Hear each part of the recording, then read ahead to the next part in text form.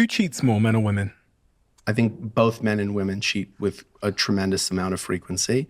I think that I don't think that you could really say one does it more than the other.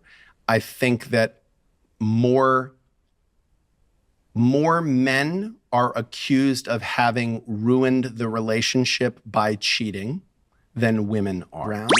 How frequent is sex the issue in divorce? As in, I'm not talking about affairs, I'm saying sexlessness. Yeah, that's a great question. And also, is it increasing? Yeah, so here's what I'll say. There's reverse engineering the demise of a marriage is a very difficult thing for anybody to do because the two people in the relationship aren't even really fully aware of what's going on in themselves, much less each other. And then an outside observer asking them. So like, you can do all the studies you want of people's self-reported satisfaction or lack of satisfaction in a relationship or what caused them to become dissatisfied. That is so loaded up with people's delusion and people's projection and all these other things that I don't think you can quantify. So everything I'm saying as a divorce lawyer who I think is empathetic and who I think for a living puts myself in other people's mind to try to understand what they're doing and why they did what they did and come up with the best and worst possible excuses for it. And then to tell that story, right? Like I'm a full contact storyteller. That's my job. So, and my job, if you're really honest, is to manipulate people's emotional state. My job is to make a judge feel good about my client, bad about the other side, make the other side feel scared, make my client feel safe. That's my job, is to manipulate everybody's emotional state through the power of storytelling. That's what being a divorce lawyer is. It sounds sexier when I say it that way, but that is what it is. So when we look at that as the job, where does sex fall into that equation?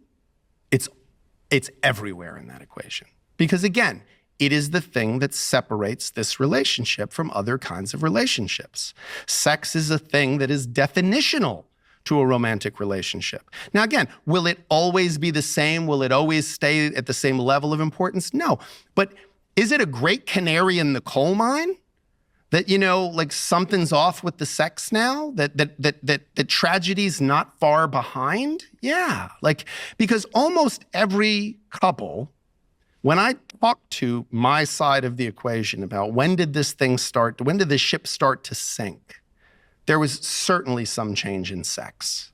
Because again, sex is definitional in terms of what distinguishes a romantic relationship from a platonic relationship. Because listen, guys, we can do this however we want as a society. We don't have to get married. We do not have to get married. We just have to reproduce. But we could just decide, hey, we're just going to reproduce and we're going to live in like colonies of platonic, relationships, and we'll just have sex for the purposes of breeding at certain times, and then we'll figure out who gets to raise what kids, and that'll be that. We don't do that. And it's not like, well, we don't do that because we made a set of rules. Societies don't do that. They've never really done that. Like there's somehow this permutation in the human and animal kingdom keeps coming up where we have pair bonds and we reproduce with the person who's our partner, and then we sort of work together. And how much does the tribe, how much does the rest of the world get involved in that? How extended is the family? How extended is the tribe? That varies, right? From species to species, from culture to culture, from time to time. But this fundamental idea of like reproduction between, the male and the female of the species, and there being some then continued interaction and a sharing of responsibilities towards the rearing of the young, it's pretty common, right?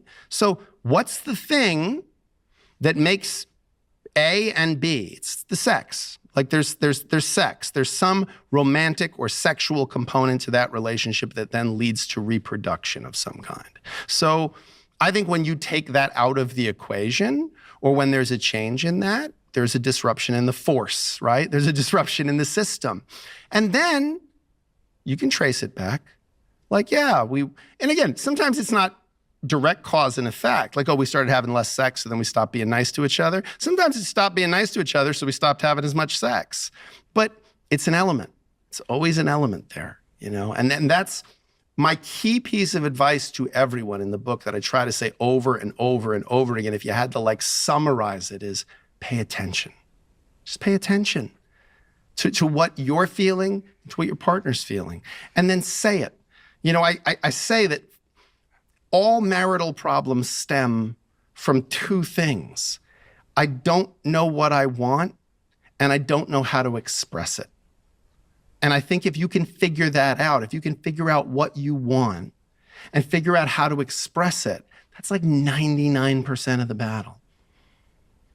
When someone gets to you, how often do they go from getting to a divorce lawyer, having that conversation, we want to separate, to repairing and rebuilding and getting back to happiness? Yeah, it's a great question. So as my career has progressed, I am now a guy who you hire when you're in a really bad situation. So I'm a trial lawyer. So now, you can do things with a scalpel and you can do them with a chainsaw. I'm a chainsaw now. Like now you hire me because your situation's bad. Because you're more expensive? Is that? No, I'm more expensive because I'm really good in high conflict situations. I'm really tactical. I'm really strategic. I think 10 moves ahead, and I outpace everyone with my work ethic. I wake up at 4 a.m. and I wake up very sharp, and I'm immediately thinking about clients and cases, and I'm dedicated to this work in an absolutely insane way. In a way that is in no way good as a human being. It's really, really, I'm a great lawyer. I'm questionable as a human being, but I'm really, really good as a lawyer because I'm better at this than I've ever been at anything in my life. Have you ever seen someone get to you and then go back to perfect? Yeah, for many years in my career, early in my career, the first decade or more of my career, when I handled more sort of regular people's divorces, yeah, I would frequently try to steer people if I thought that was possible. I still, to this day, if I think it's possible for people to work something out, either in individual counseling and then maybe couples counseling, I will steer them in that direction, of course. Who cheats more, men or women? I think both men and women cheat with a tremendous amount of frequency. I think that, I don't think that you could really say one does it more than the other. I think that more men are accused of having ruined the relationship by cheating than women are. Who's more